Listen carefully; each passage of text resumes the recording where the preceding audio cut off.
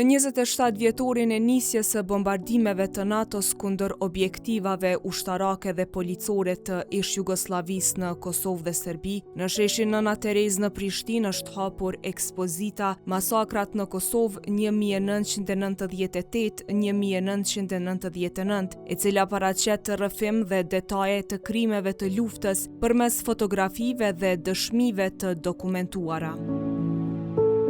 Bazuar në librin me po këtë titull, botuar më 2024 nga Admovere dhe Integra, ekspozita paraqet ngjarjet në shqip dhe anglisht, ku jepen detaje të masakrave, torturave, rrëfime të mbijetuarve dhe të dhëna për gjykimet e personat e dënuar.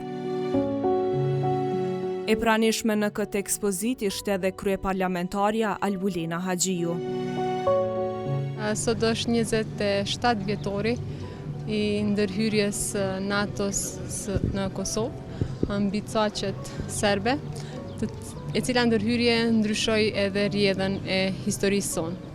Fal luftës së drejtë të ushtrisë çlirimtare të Kosovës, pra fal ushtrisë çlirimtare të Kosovës, kontributit dhe sakrificës së tyre, e po ashtu edhe me ndërhyrjen e NATO-s, Kosova arriti që të çlirohet dhe të ndalen krimet e Serbisë në Kosovë, të ndalet gjenocidi i Serbisë në Kosovë.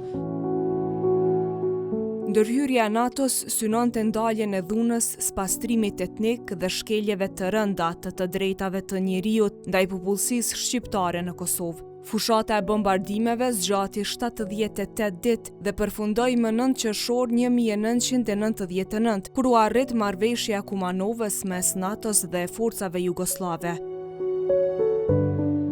Një ditë më pas, më 10 qershor, Këshilli i Sigurimit i Kombeve të Bashkuara miratoi rezolute 1244, duke i hapur rrugë vendosjes së një administrate ndërkombëtare në Kosovë.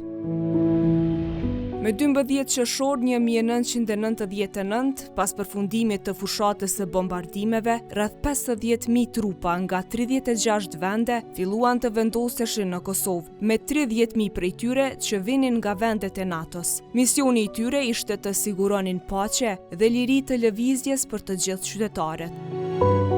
Ndërhyrja e NATO-s mundësoi kthimin e qindra mijëra qytetarëve të dëbuar në shtëpitë e tyre.